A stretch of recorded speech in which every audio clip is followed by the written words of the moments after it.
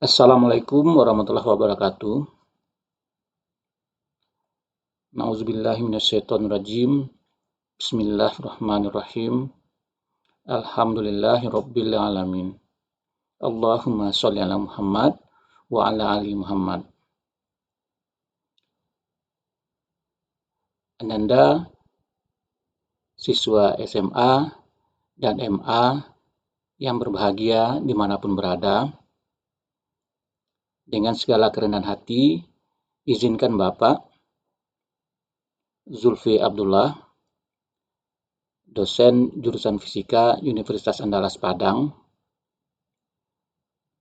untuk ikut berkontribusi mengembangkan pendidikan fisika melalui channel Rumah Fisika Pak Zulfi. Saat ini, Bapak fokus untuk pembahasan soal-soal ujian masuk perguruan tinggi negeri dari masa ke masa. Jika berkenan, mohon dukungannya melalui subscribe, like, and share ya. Semoga bermanfaat. Pada tayangan perdana ini, kita akan membahas soal-soal UTBK SBMPTN 2019 bidang fisika yang tergabung dalam UTBK TKA Saintex, dan fisika ada 20 soal. Dalam TKA Saintex tersebut, soal fisika dimulai dari nomor 21 sampai nomor 40. Nah, sekarang kita akan membahas soal nomor 21 sampai 26. Selamat mengikuti. Kita mulai dengan soal pertama fisika pada UTBK 2019. Soal ini bernomor 21 dari keseluruhan soal UTBK 2019.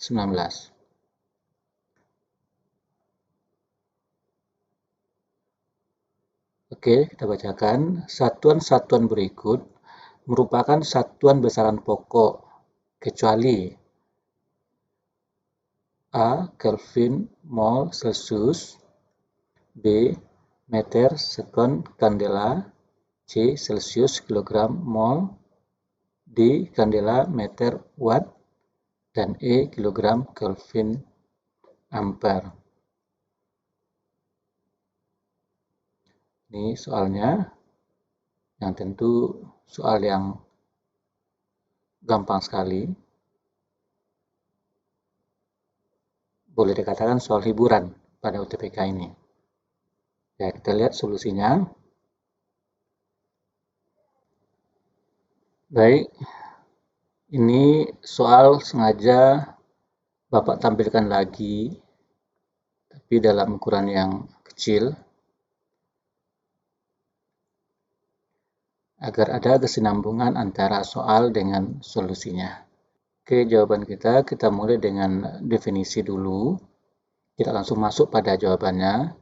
Tapi kita lihat definisi dari besaran pokok, yang merupakan segala sesuatu yang dapat diukur dengan alat ukur yang dinyatakan dengan nilai dan satuan. Sejauh ini kita mengenal 7 besaran pokok.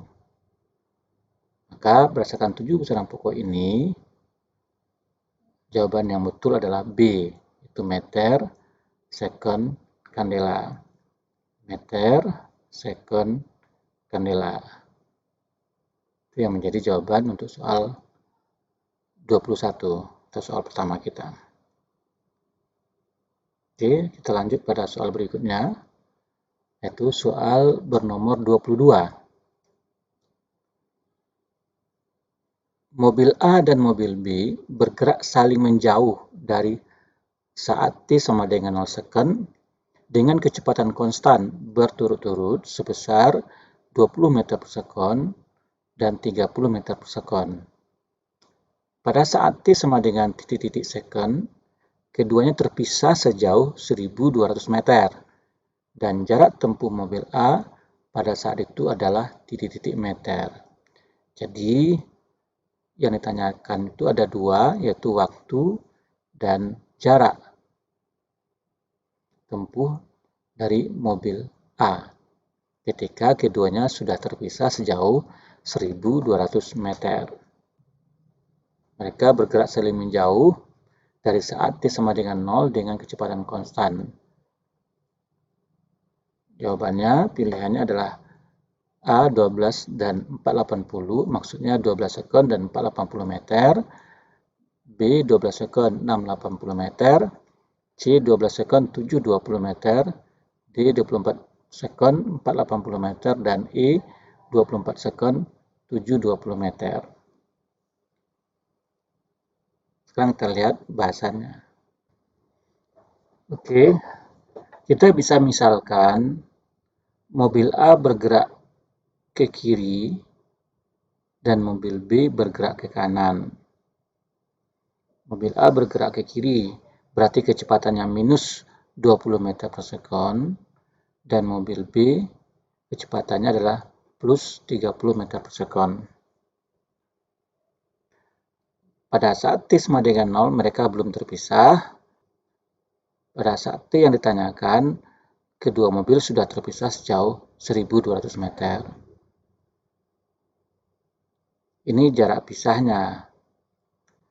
Jarak yang dimaksud yang besarnya 1200 meter ini itu merupakan besar dari posisi relatif kedua mobil, yaitu posisi relatif mobil A terhadap mobil B atau posisi relatif mobil B terhadap mobil A yang kita sebut sebagai XAB yang sama dengan XB dikurang XA. Posisi relatif kedua mobil adalah kecepatan relatif dikali dengan waktu. Jadi XAB sama dengan VAB dikali T. VAB ini adalah kecepatan relatif mobil B terhadap mobil A. Jadi XAB sama dengan VB dikurang VA dikali T. Lihat di sini XAB sama dengan VB dikurang VA dikali T. Nah, posisi relatif B terhadap A adalah 1200. Yang merupakan jarak pisah mobil B terhadap mobil A itu sama dengan VB 30 dikurang VA min 20 dikali T. Nah, kita dapatkan 1200 sama dengan 50 T atau T sama dengan 24 sekon. Inilah waktu untuk kedua mobil terpisah sejauh 1200 meter. Dapat kita T-nya 24 sekon. Nah, menggunakan T 24 sekon ini, maka jarak tempuh mobil A adalah XA sama dengan VA dikali T. Jadi XA sama dengan 20 dikali 24 sama dengan 480 meter. Jawaban yang betul adalah D, 24 dan 480. Selanjutnya kita masuk pada soal bernomor 23 dan 24.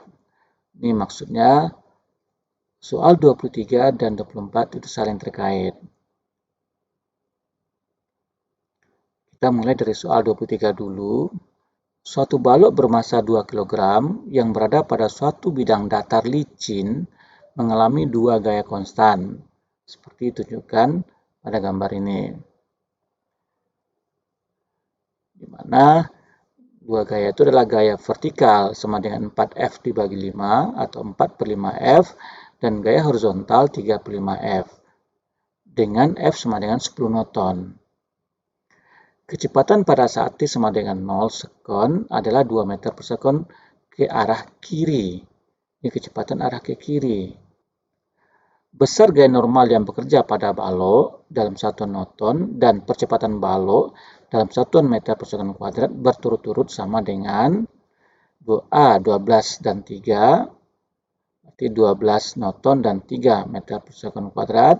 B 18 dan 6, C 28 dan 3, D 34 dan 6, E 40 dan 3. Jadi begitu soalnya, ada dua gaya, yang satu ke bawah, yang satu ke kanan. Dengan catatan pada T sama dengan 0 sekon, kecepatannya 2 meter per sekon ke arah kiri. Yang ditanyakan adalah besar gaya normal yang bekerja pada balok dalam 1 Newton dan percepatan balok dalam satuan meter per sekon kuadrat. Itu yang ditanyakan. Mari kita lihat pembahasannya. Kita coba analisis soalnya, bahwa pada soal hanya digambarkan dua gaya, yaitu gaya mendatar 3F/5 dan gaya vertikal ke bawah 4/5F atau 4F/5. Padahal sesungguhnya ada dua gaya lain, yaitu gaya berat dan gaya normal dari lantai. Jadi ini gaya berat mg dan gaya normal dari lantai.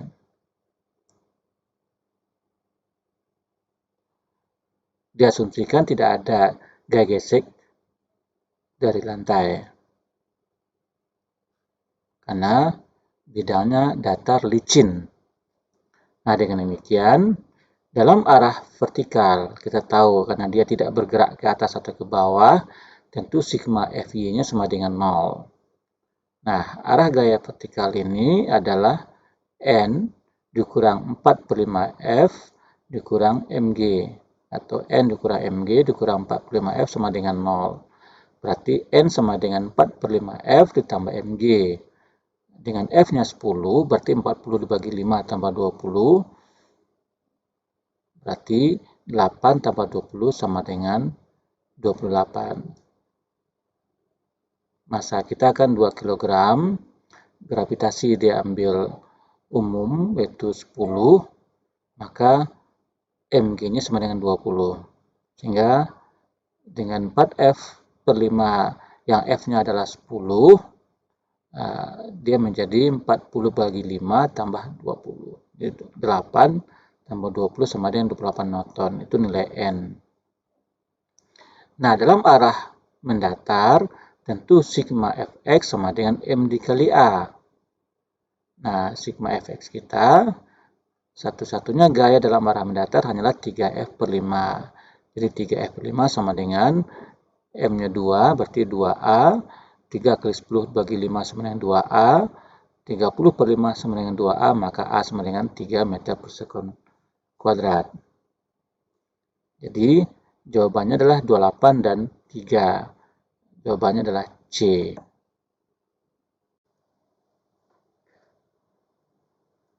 Kita lanjut ke soal 24. Soalnya sama, boleh katakan mirip. Narasi sampai sini sama, cuma pertanyaannya adalah perpindahan balok selama T detik pertama adalah itu pertanyaannya. Perpindahan balok selama T detik pertama. Catatannya yang harus diingat di sini ada kecepatan pada T sama dengan 0 sekon adalah 2 meter per sekon ke arah kiri. Berarti V0 sama dengan minus 2 meter per sekon. Jadi, telah kita peroleh sebelumnya bahwa percepatan balok adalah 3 meter per sekon kuadrat arah ke kanan. Dari soal diketahui V0 sama dengan minus 2 meter per sekon. Karena pada T sama dengan 0, kecepatannya adalah 2 meter per sekon ke arah kiri. Berarti V0-nya minus 2 meter per sekon. Maka perpindahan balok selama T sekon adalah delta X, yang sama dengan X dikurang X0 ya. Jadi delta X sama dengan V0T ditambah setengah AT kuadrat, atau delta X sama dengan minus 2T ditambah setengah dikali 3, jadi 1/2 T kuadrat. Jadi ini perpindahannya yang ternyata sama dengan solusinya, itu jawaban yang betul adalah D. Oke, itu soal 24. Sekarang kita lanjut pada soal 25 dan 26. Jadi, baik soal 25 maupun 26, seperti soal 23, 24, berdasarkan pada satu narasi. Itu soal 25. Sebuah beban bermassa M yang diikatkan pada ujung kanan sebuah pegas dengan konstanta pegas K diletakkan pada lantai datar dengan ujung pegas di sebelah kiri terikat pada dinding. Beban ditarik ke kanan sampai ke titik A yang berjarak A kecil dari titik setimbang dan kemudian dilepaskan sehingga berosilasi. Setelah dilepas, beban bergerak ke kiri melewati titik setimbang O dan berhenti sesaat pada jarak B kecil di sebelah kiri titik setimbang. Kemudian beban bergerak ke kanan dan berhenti sesaat pada jarak C di sebelah kanan titik setimbang. Apabila Eka adalah energi kinetik sistem dan Eka di O sama dengan setengah KB kuadrat, maka titik-titik A, B kecil dari C, B besar dari C, B kecil dari A, D, B sama dengan A, dan E, B besar dari A. Narasinya panjang, tapi jawaban yang diinginkan pilihannya ternyata sangat singkat. Nah, di sini kita harus hati-hati bahwa pertama kali pegas kita ditarik ke kanan sejauh A, kemudian dilepaskan, dia bergerak ke kiri dan berhenti sesaat pada jarak B dari titik setimbang, kemudian bergerak lagi ke kanan, berhenti sesaat pada jarak C dari titik setimbang. Berhentinya hanya sesaat ya, berarti nanti dia balik lagi. Itu seterusnya. Nah, diberikan energi kinetik di posisi O, berarti di titik setimbang, adalah setengah KB kuadrat. Hati-hati kita menganalisis ini. Oke, kita lihat analisisnya. Oke, kita lihat deskripsinya. Di soal tidak diberikan informasi apakah osilasinya adalah osilasi tanpa gesekan atau osilasi dengan gesekan. Nah, kalau kita lihat deskripsinya, osilasi tanpa gesekan dengan osilasi dengan gesekan itu berbeda. Osilasi tanpa gesekan, jarak simpangan atau titik terjauh simpangannya selalu sama. Jadi dari 0 ke A besarnya A, dari 0 ke B besarnya B yang sama dengan A. Kemudian dari 0 ke C besarnya C yang juga sama dengan A. Ini osilasi tanpa gesekan. Nah, kalau dia osilasi adalah osilasi dengan adanya gesekan, itu gerakannya seperti ini. Jadi dari 0 ke A, kemudian dari A ke B, jarak dari titik setimbang ke B itu tidak sama dengan A, tapi lebih kecil dari A. Itu jarak B kita kecil dari A. Kemudian dari B ke C, jarak titik setimbangnya adalah C yang juga lebih kecil daripada B.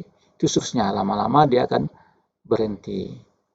Osilasi ini osilasi ideal yang tidak akan berhenti, sementara osilasi dengan gesekan dia akan berhenti. Soal tidak memberikan informasi tentang itu. Nah, ini yang harus hati-hati kita.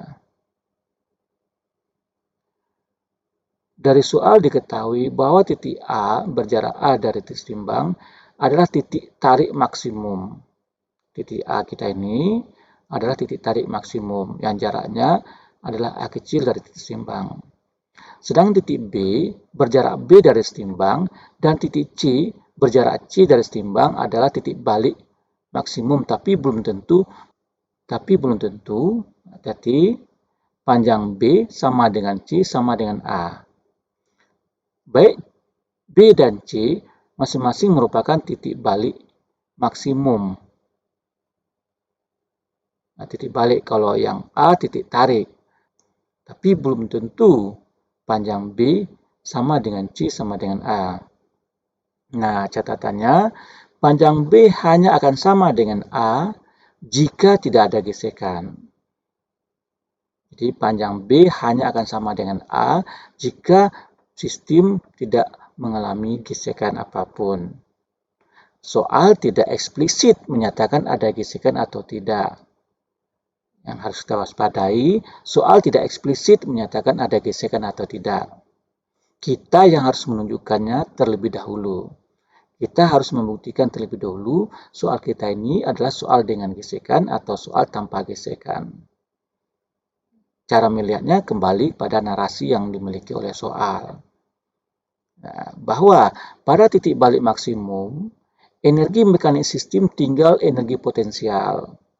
Titik balik maksimum, energi mekanik sistem yang merupakan gabungan energi kinetik dan energi potensial, tapi pada titik balik maksimum, energi kinetik benda nol, karena diam sesaat.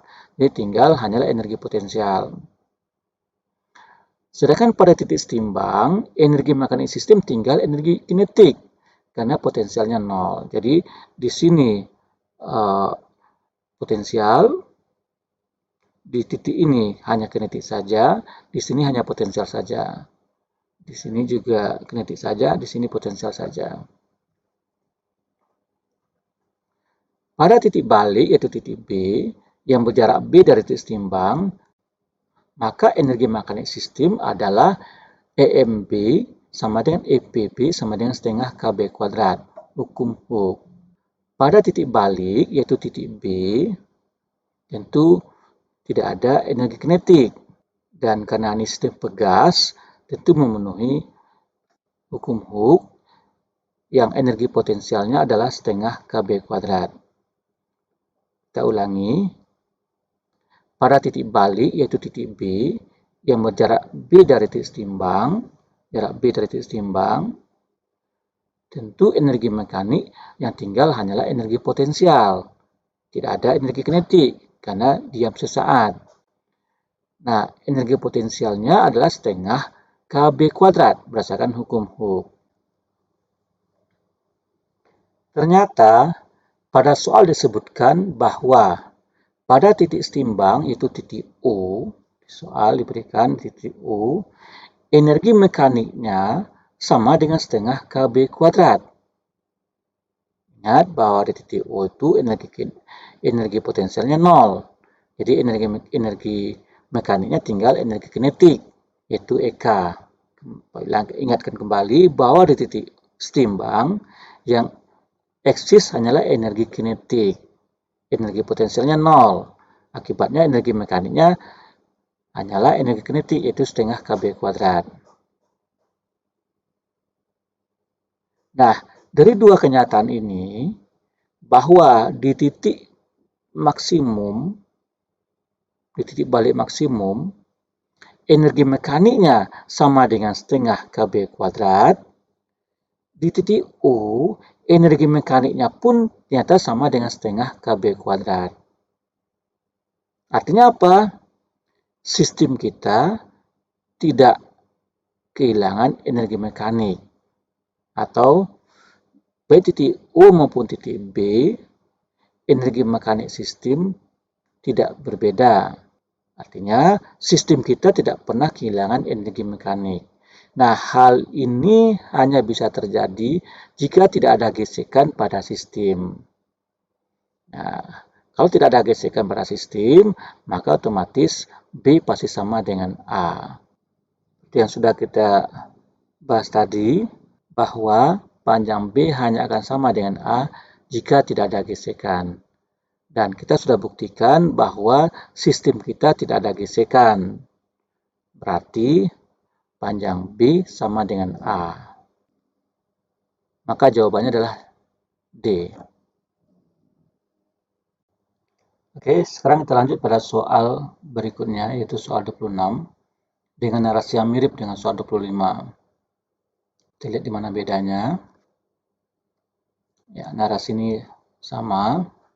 Sebuah beban bermassa M yang diikatkan pada ujung kanan sebuah pegas dengan kosata pegas K diletakkan pada lantai datar dengan ujung pegas sebelah kiri terikat pada dinding. Beban ditarik ke kanan sampai ke titik A yang berjarak A dari titik seimbang dan kemudian dilepas sehingga berosilasi. Setelah dilepas, beban bergerak ke kiri melewati titik seimbang dan berhenti sesaat di titik B pada jarak B di sebelah kiri titik seimbang. Nah, di sini bedanya. Andaikan lantai kasar. Nah, sekarang jelas bahwa sistem kita memiliki gesekan. Andaikan lantai kasar dan sampai di titik seimbang energi mekanik berkurang sebesar epsilon. Jadi andaikan lantai kasar dan sampai di titik seimbang ya, energi mekanik berkurang sebesar epsilon, usaha gaya gesek dari titik A sampai ke titik B. Jadi yang diberikan informasinya adalah bahwa di titik seimbang berkurang energi mekanik sebesar epsilon ketika bergerak dari A ke B. Tapi pas di seimbang, energi mekanik berkurang sebesar epsilon. Yang ditanyakan usaha dari A sampai ke B, bukan dari A sampai ke titik seimbang, tapi dari A sampai ke titik B. Kita mengetahui bahwa gesekan melakukan usaha negatif pada sistem, atau gesekan mengambil energi mekanik sistem. Usaha oleh gaya gesek adalah W sama dengan FK dikali delta X, itu sama dengan min FK delta X. Ini minus muncul karena arah vektor gesekan FK berlawanan dengan arah vektor perpindahan delta X. Nah, tanda negatif ini itu menunjukkan bahwa gesekannya melakukan usaha negatif terhadap sistem. Nah, seperti yang sudah kita bahas tadi. W sama dengan perubahan energi mekanik sistem, yaitu energi mekanik akhir dikurang energi mekanik awal, yaitu EM akhir dikurang EM awal, yang nilainya tentu negatif karena akhir lebih kecil dibanding EM awal. Jadi WAO adalah EMO dikurang EMA. W dari A ke O ini, usaha oleh gesekan dari A ke O ini adalah EMO dikurang EMA. Itu nilainya jadi negatif, kan? Dari soal diketahui bahwa epsilon adalah besar pengurangan energi mekanik yang bergerak dari A ke O. Besar pengurangan energi mekanik yang bergerak dari A ke O. Jadi, dengan demikian, epsilon kita adalah EMA dikurang EMO. Perhatikan pernyataannya bahwa epsilon adalah besar pengurangan energi mekanik. Tentu dia merupakan besaran positif karena berasal dari besar pengurangan energi mekanik dari A ke O. Artinya epsilon sama dengan EMA dikurang EMO. Nah, itu boleh tulis dalam bentuk minus EMO dikurang EMA. EMA dikurang EMO sama dengan minus EMO dikurang EMA. Minus WAO, karena EMO dikurang EMA adalah WAO. Usaha oleh gaya gesek. Jadi epsilon kita adalah minus WAO atau WAO kita minus epsilon.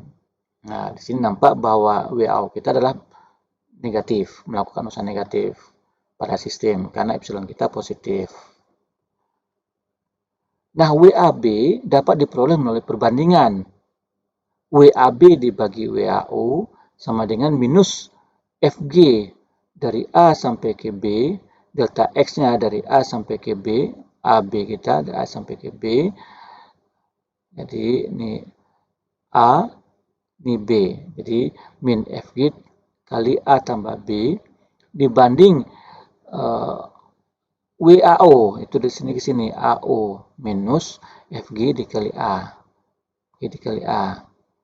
Nah, karena sesama FG, sesama negatif, habis tinggal A tambah B dibagi A. A tambah B dibagi A. Jadi, WAB dibagi WAO dengan WAO adalah minus epsilon, maka WAB minus epsilon sama dengan A tambah B dibagi A. Maka WAB kita adalah minus epsilon dikali A tambah B dibagi A. Jadi kalau kita lihat dari soal kita, jawaban yang betul adalah B. Hati-hati dengan bahasan usaha oleh gesekan ini. Salah-salah kita bisa menjawabnya A, padahal yang benar adalah jawaban B. Di sini kita harus hati-hati mempelajari, menimbang-nimbang narasi yang diberikan oleh soal. Oke, ini bagian pertama dari pembahasan UTBK 2019. Sampai sini dulu. Assalamualaikum warahmatullahi wabarakatuh.